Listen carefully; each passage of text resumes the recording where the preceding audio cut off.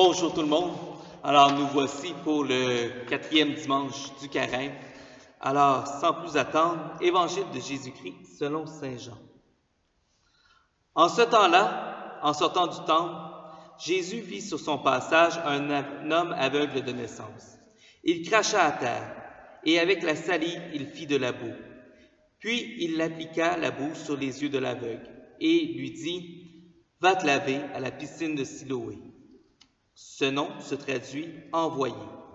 L'aveugle y alla donc, et il se lava. Quand il revint, il voyait. Ses voisins et ceux qui l'avaient observé auparavant, car il était mendiant, dirent alors « N'est-ce pas celui qui se tenait là pour mendier ?» Les uns disaient « C'est lui ». Les autres disaient « Pas du tout, c'est quelqu'un qui lui ressemble. » Mais lui disait « C'est bien moi. » On l'amène aux pharisiens, lui, l'ancien aveugle. Or, c'était un jour de sabbat que Jésus avait fait de la boue et lui avait ouvert les yeux. À leur tour, les pharisiens lui demandaient comment il pouvait voir. Il leur répondit « Il m'a mis de la boue sur les yeux, je me suis lavé et je vois. » Parmi les pharisiens, certains disaient « Cet homme-là n'est pas de Dieu, puisqu'il n'observe pas le repos du sabbat. » D'autres disaient « Comment un pécheur peut-il accomplir des signes pareils? » Ainsi donc, ils étaient divisés. Alors, il s'adresse de nouveau à l'aveugle. « Et toi, que dis-tu de lui, puisqu'il t'a ouvert les yeux? » Il dit, « C'est un prophète. » Ils répliquèrent, « Tu es tout entier dans le péché depuis ta naissance, et tu nous fais la leçon. » Ils le jetèrent dehors. Jésus apprit qu'il l'avait jeté dehors. Il le retrouva et lui dit, « Crois-tu au Fils de l'homme? » Il répondit, « Et qui est-il, Seigneur? » Jésus lui dit, « Tu le vois, c'est lui qui te parle. » Et il dit, « Je crois, Seigneur. » Et il se prosterna devant lui. Acclamons la parole de Dieu. Louange à toi, Seigneur Jésus. Alors, simplement 2 éléments aujourd'hui que j'aimerais relever et m'attarder. Je vais m'attarder tout d'abord sur le fait que c'est un aveugle de naissance. Et ça semble prendre beaucoup d'importance dans le texte. Pourquoi ça prend autant d'importance dans le texte? C'est que pour les Juifs de l'époque de Jésus, le péché et la maladie sont intimement liés. On va voir dans un autre texte de l'Évangile, quand un homme naît aveugle, est-ce que c'est de sa faute ou est-ce que c'est de la faute de son père? Et Jésus qui va répondre plutôt par des questions pour essayer de savoir si les Juifs qui sont morts martyrs sous Hérode étaient de plus grands pécheurs qu'eux, ou de savoir si les Juifs décédés dans l'effondrement de telle synagogue étaient de moins bons croyants qu'eux. Alors, on va voir que Jésus va essayer de délier cette espèce d'association malsaine entre le péché et la maladie. Quand vous pensez à Sainte Justine, est-ce que vous pensez, voilà une bande d'enfants pécheurs ou une bande d'enfants dont les parents sont pécheurs? Ou vous rendez grâce à Dieu parce qu'il y a des gens qui prennent soin des enfants malades? J'ose espérer que vous êtes plutôt dans la 2e catégorie. Alors, Jésus qui essaye de défaire dans cet autre texte l'association. Mais il faut bien voir ici dans le texte que le fait qu'il est aveugle de naissance fait que les Juifs refusent le témoignage de l'homme guéri.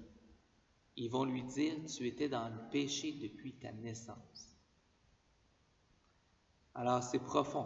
Dans le texte, cette liaison fait que même une fois guéri, les Juifs refusent son témoignage.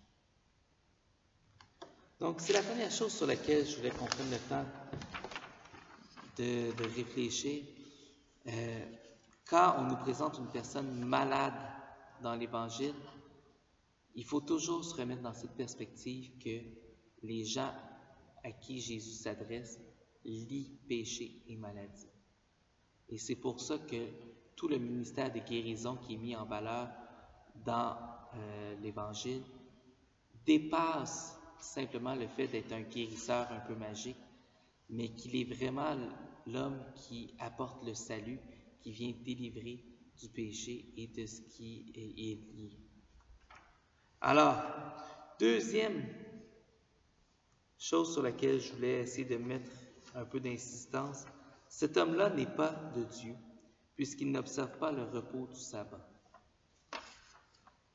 Alors, Jésus qui ose aller à l'encontre des règles établies. On ne peut pas guérir quelqu'un le jour du sabbat. Encore une fois, dans un autre récit de l'Évangile, Jésus va oser répondre, je crois que c'était avec la main paralytique, la main paralysée, est-ce qu'il était mieux de laisser cet homme souffrir? Qu'est-ce qui était le bien?